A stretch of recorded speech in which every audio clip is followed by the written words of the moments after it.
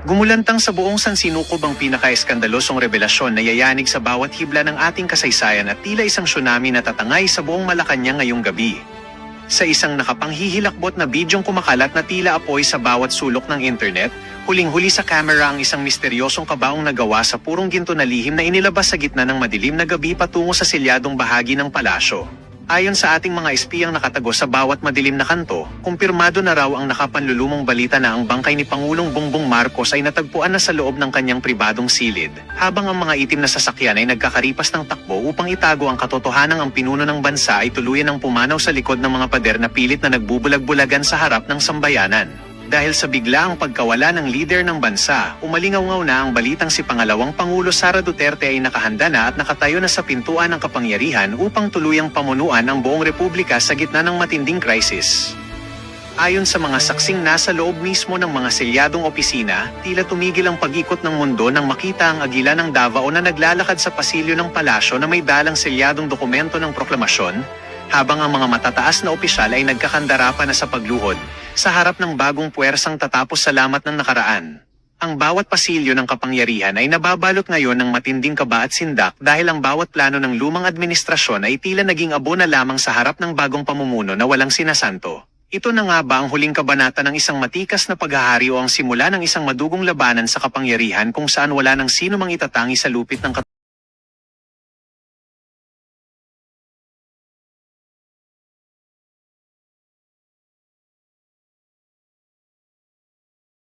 So anyway, dahil yung tao uhaw sa pagbabago, kaya nahalal na Pangulo Duterte.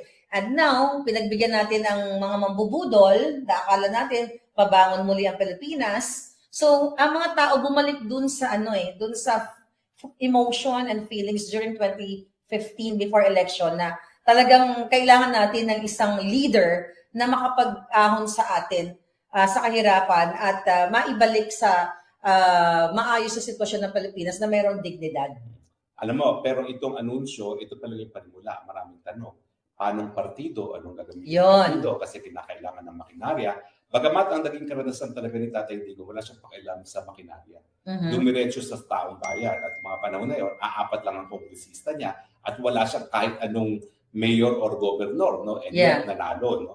So kung si Tatay Digong noon na isang alkade lamang ng Davao ay nagawa yun, siguro naman ang Vice President na pinakamataas ngayon sa rating. Miski wala ng partido, miski wala isang congressman na susuporta o walang gobernador na mayor na susuporta, kakayanin yan. Bagaman I doubt it kasi alam ko marami na ngayon naninimbang. No? Diba? Meron tayong impante na nagsabi na sa kongreso nga ay mukhang maraming ayaw ng pumirma.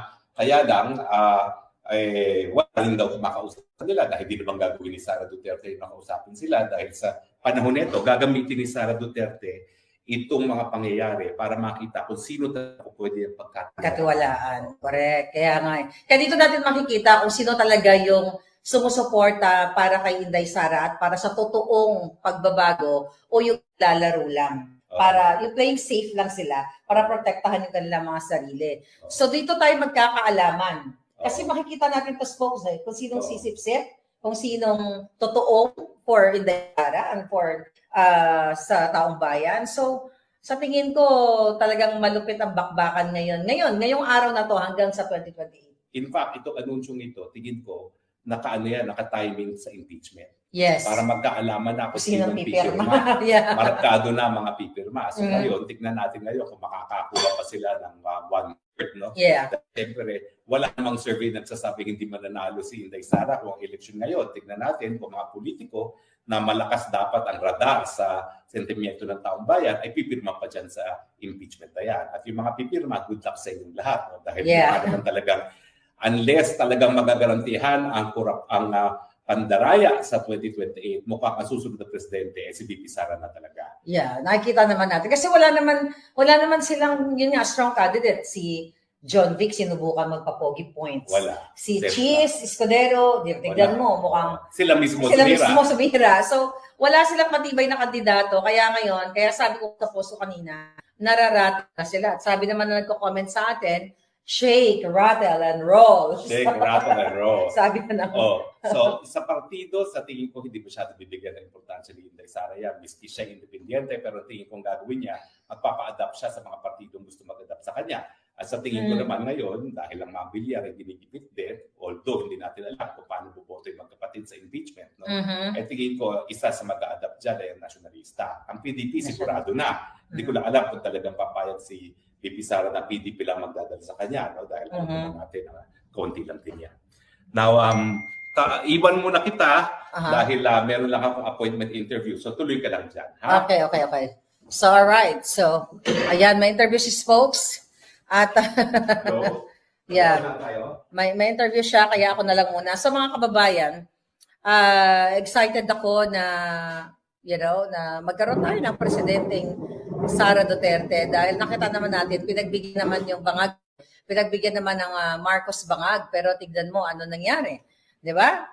Imbis na ibangon muli, yan ang tagline ni bangag doon para sa ibangon muli ang Pilipinas, pero hindi niya binangon ang Pilipinas, kundi ang mga sarili nila, ang mga nakaw na yaman nila ay lalong, pinagyaman at ibinangon nga muli. So, ang sa akin dyan, mga kapalangga, ngayon pa lang, talagang nararatel na ang mga bangag.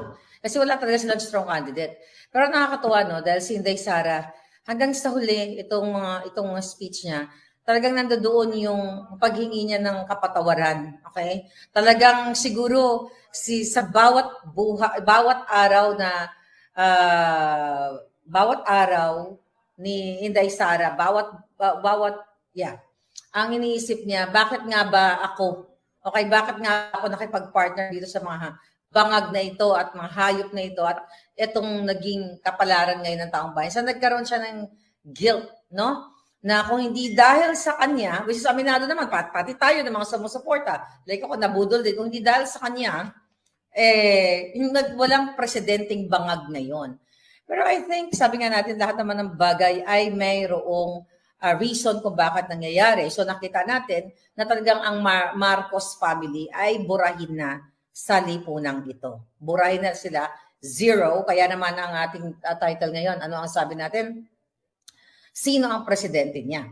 So, may mga nagsasabi, di ba, na gusto nila si Amy Marcos ang maging vice president. Oh my God. E di para kumuha lang tayo ng bato na pupukpukin na uli natin yung ulo natin, no? At bubudulin tayo. Di ba? Kahit ano pang mga drama ni Amy, na ibinuking niya ang kanyang kapatid. Late na yun Actually, late na. Late na. Never ever ka titiwala kay Amy Marcos kahit sabihin mong magkaibigan sila ni Inday. We don't know kung ano yung, what do you call it? Ano yung, gaano talaga yung closeness nila kasi wala naman tayo dito. Pero para sa akin, di ba? No to Amy, bakit ka mo?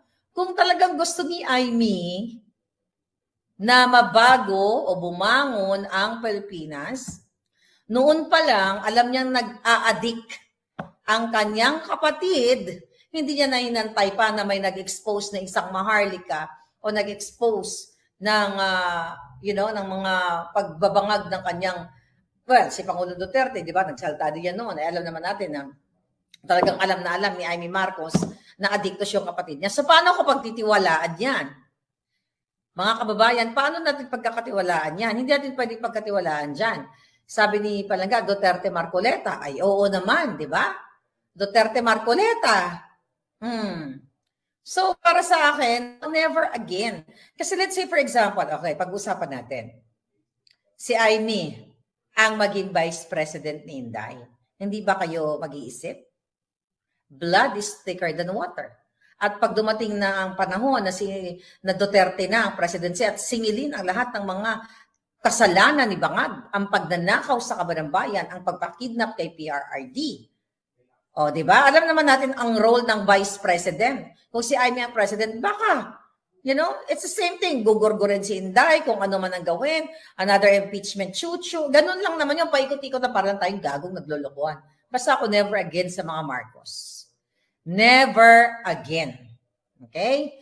Ang daming lumalabas, pwede daw Duterte Go, Duterte Bongo, Duterte Marcoleta, Duterte Padilla, Duterte Rodriguez, kahit sino hindi naman kahit sino. Sa ngayon, dun sa mga nabanggit nyo, okay lang ako dun sa mga pangalan na yon, but no way. Never again sa mga Marcos. Kasi, napaka-stupido naman ng Pilipino kung iboboto mo uli ang isang Marcos at ilalagay mo sa vice presidency. Then later on, mga kababayan, di ba? Pwedeng, nakakatakot talaga yun. Kasi, kung ano mangyari kay Inday Sara, di ba? Kung gugurgurin nila si Inday Sara, hindi Marcos na naman ang presidente natin, ay punyeta, wala na mangyayari sa Pilipinas. Wala mangyayari. So, ngayon, kaya double time nga yung kanilang, yung impeachment na yan, laban kay Inday Sara, di ba? Sa kabila ng mga in-expose ni Zaldico laban kay Bangag na mastermind sa lahat ng pagnanakaw. Yung ngayon, yung text messages ng Adrian Bersamin na nagsasabi na talagang months pala, yung sinasabi ng Erice, di ba? Nakita nila yung messages, okay? Na pinorward din kay Leandro. Oh. You know what? Dapat masalta na to si Bersamin yung Adrian Bersamin. Sabi ko, isa yan sa unang-una ko in-expose. Di ba? Kasi yung mga Bersamin na yan, paano magsasalta? Kasabwat sila, no? But I don't know kung anong mangyayari dyan. Kasi pag nagsalta yan o bago sila magsalta, gagawin nila ng mga bangag yung ginawa kay Zaldico. Gagawin nilang fall guy, di ba? Ibibintang lahat kay Zaldico.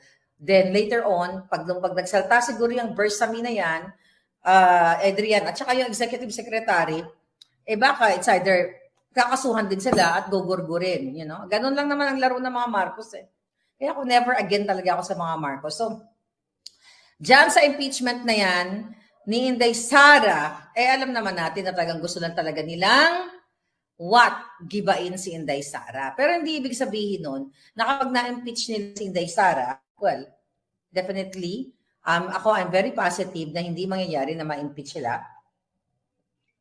Ang reason lang naman yan talaga para masira si Inday Sara at para syempre pag nasira siya na-impeach siya, bababa ang credibility niya. Pero not necessarily na hindi na siya pwedeng tumakbo. Diba? Hindi na siya ma-disqualified na siya sa public office pag na-impeach nila. But we're looking forward na hindi magwawagi ang mga demonyo. Okay? Ang mga bangag. Sabi ko kanina, nararatal na sila dahil nasalita na ang Inday Sara. Kasi di ba nung si Inday, ang sabi niya, kasi talagang gusto niya,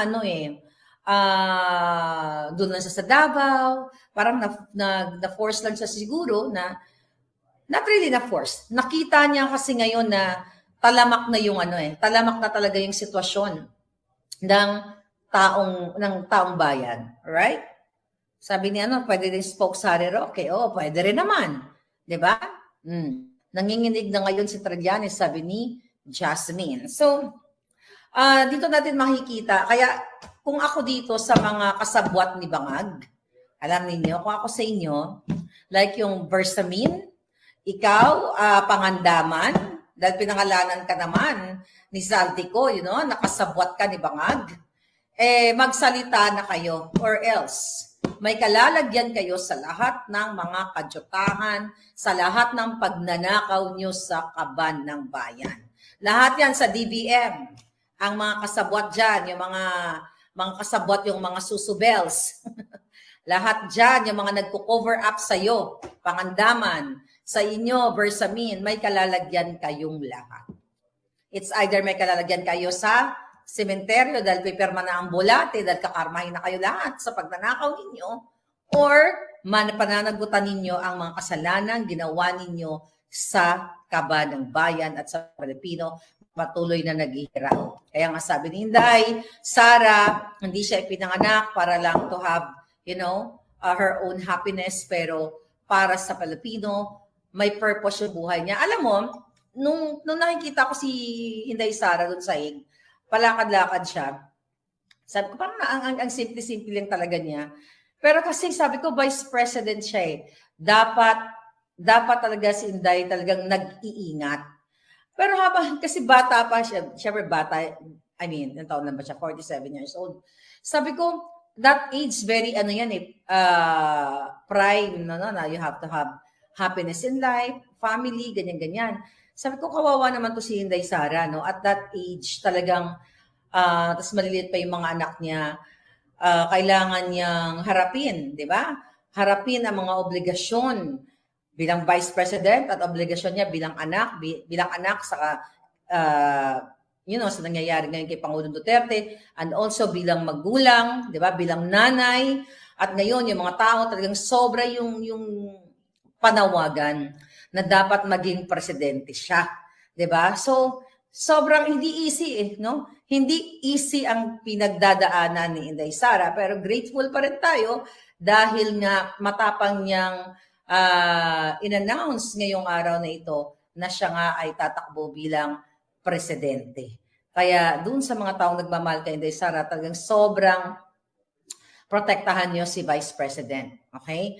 Kasi ang mga Marcos, mamamatay tao talaga yan. Manggugurgur talaga yan. Gagamit sila ng mga tao para manggurgur. Ako nga, na wala namang hawak na public, office, wala naman akong pwesto. Gusto akong gurgurin dahil lang sa pag-expose natin. Diba? Yung mga expose ko sa inyo. Gusto akong gurgurin. How much more si Inday Sara na one day magiging presidente siya. Diba? So lahat ng pag-iingat dapat nandoon na. Ngayon, lalo ngayong araw na to na nag-announce na siya. So, I'm worried kasi nga, alam naman ni Inday, di ba? Na gusto talaga siyang gurgurin. Okay? Dahil siya yung pinakamalakas eh. Sino ba malakas ngayon? When I say malakas, yung mayroong dignidad, yung mayroong track record, yung mayroong makikita mo talagang pagmamahal sa taong bayan. Halos lahat sa Kongreso at sa Senado ay mga magnanakaw. Halos lahat sila. Iilan na lang yung matitino dyan. Diba? Kaya Inday Sara, ano binabato nila? Confidential funds. Diba? Bakit? Si Inday Sara lang ba may confidential funds? Pero ang confidential funds ni Bangag, ang confidential funds sa mga gabinete ni Pangulong, ng Pangulong Bangag nila, ng Bangag, ayaw nila pag-usapan. Pero si Sara lang talaga. Ito na nga Bakit si Sara lang ang pinag-iinitan nila? Kasi alam nyo na. Strong candidate for 2028. Kaya dapat, ang kanilang goal, sirain si Sara, confidential fund. Yun. Wala nang iba. Kaya sa lahat ng mga palangga na nagmamahal kay Inday, nako, please ingatan natin siya. At wag na si Amy Marcos. Maawa kayo. Nako, di ba? Sana hindi na mabudol-buli si Inday Sara. Siguro naman din siya, nagbanggit naman na siya na no more Marcos, di ba? Never again, binanggit niya yan. Siguro pwede niyang i-maintain yung friendship niya with Amy Marcos, whatever friendship, relationship nila as friends nga. Pero hindi na dapat pagkakatiwalaan yan na humawak ng ganyang klaseng pwesto na pwedeng ikapahamak niya. Di ba? May mga history, di ba, na nagpagurgur si Amy Marcos ng estudyante. Di ba? Yung Trajano. In the past, yun ang pinapaniwalaan ng mga dilawan. Di ba? Yung mga Aquino supporters. Yun ang pinaniwalaan nila na mamamatay, manggugurgur ang mga Marcos. Pero ngayon, tandem sila. Di ba? So kung kayang gawin ng mga Marcos in the past, sa mental o sa mind ng mga dilawan na ang nagpagurgur kay Marcos Sr. ay mga dilawan, kung papaniwalaan mo ang mga dilawan, di ba, na talagang ang mga Marcos ang nagpagurgur, then pwede din ipagurgur ni Amy Marcos later on, si Inday Sara sa ngalan ng kapangyarihan at salapi. Right? So, never again talaga. Never again. Ang ingay ko si Spokes, merong interview sa kabila din. Okay? Duterte, yes. Wala, never again na talaga tayo. Never again, wala na Kawawa na yung Pilipinas. Sobra. I mean, tignan mo, ang ginagawa ni Bangag, lahat ng mga taong witness sa kanyang pagnanakaw, Yung mga inutusan nila, ginamit nila, kapag nagsalita ay kakasuhan, sino mag-aakala na isang Zaldico na nilagay sa Committee on Appropriation ay gusto nilang gurgurin? Di ba? Sinong mag-aakala, okay, na kanilang ididiin? Bakit nila ididiin? Nagsalita si Zaldico na ang mastermind. Okay? Si Romualdez, si Lisa Tanas, si Sandro, yung pamilyang yan. Di ba? And now, I hope ikaw, Adrian Bersamin, magsalita ka na. Ilabas mo na lahat ng convo mo, baka may video pa dyan, para baka sakaling mabawas-bawasan ang kasalanan mo sa taong bayan at hindi ka sasantuhin ng batas. Ako na sa nakikita ko kay Sara, tahimik lang yan. Di ba? Pero minamarkahan niya yan. Ikaw, siguro, parang ako siguro, ikaw, tangina, pag dating ng panahon, magbabayad ka sa batas. Ikaw. Kaya kayo, okay? Kaya ikaw, Bersamin, Adrian Bersamin. Ikaw, Lucas, Judas Bersamin, magsalita ka na. Dahil kukunin ka na rin ng lupa. Okay? Sabihin nyo na ang katotohanan, mapatawad pa kayo ng taong bayan na ang pinuno ng sindikato sa Pilipinas ay si Lisa Tanas, si Marcos Bangag, si Romualdez, ang pamilyang Kawatan, ang pamilyang Adictus, mga yan. Kaya yung mga sumisip-sip ngayon, yung mga nakikinabang ngayon, lahat kayo may kalalagyan. Dahil wala kayong matibay na what? Wala kayong matibay, wala kayong matinong kandidato dahil lahat kayo Judas. Lahat kayo magnanakaw. Hindi kayo talaga makakahanap ng qualified na kandidato na magkaroon ng karisma man lang sa taong bayan dahil sirang-sira na kayo dahil sinira niyo Pilipinas. Diyan pa lang sa flood control na yan. Di ba? Sinira niyo ang Pilipino, ang winasak ninyo mga bahay nila, pinatay ninyo ang buhay ng mga Pilipinong naanod ng baha dahil sa pagnanakaw ni Marcos Jr. sa flood control at sa budget ng Pilipinas. SKS, thank you Palangga. So yaan dapat pagnilay-nilayan ninyo. Ako thankful ako kay Zaldico na talagang matapang din niyang hinarap. Okay? At sinabi, ito na dapat nga matagal na wala si Bangag Dapat wala na dapat sa pwesto si Bangag. Nakikita nyo na yung pagsasalita niya, talagang manifestation niya ng Addictus Benedictus. At later on, hindi natin alam, baka matumba na yan. At huwag kayong pasisigurado yung mga atat na atat sa impeachment ni Inday Sara. Baka mamaya bumagsak na lang si Bangag, naka-live dahil, malala na ang tama dito, malala ang tama sa buli niya, malala na ang tama sa tiyan niya. So, walang forever sa mundong ito. Okay? Akala ninyo forever kayo dyan sa pwesto na ine-enjoy nyo ngayon? Dahil yung bigaon, yung alpot na Lisa Tanas na Adictus, na Kawatan, dahil nakasiksik kayong lahat dyan, hindi kayo, hindi kayo forever dyan.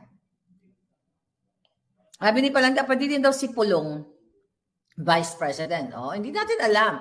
Basta ako, never again sa mga Marcos. Okay lang kahit sino ang piliin ni Inday, wag lang si Amy. Okay? Okay lang sa kahit sino ang gusto niyang maging katandem. Basta wag lang yung nakakonek sa mga Marcos o Marcos at sa mga dilawang kainsuka. May nagsabi si Cayetano, pwede rin. Pero si Cayetano, tingnan mo ngayon. Dati nagalit kay Bangag. Pero later on, parang aso din. Diba? Wala akong makikita sa dapat yung tipong talagang naninindigan laban sa mga Marcos, hindi lang yung naglalaro. Huwag tayo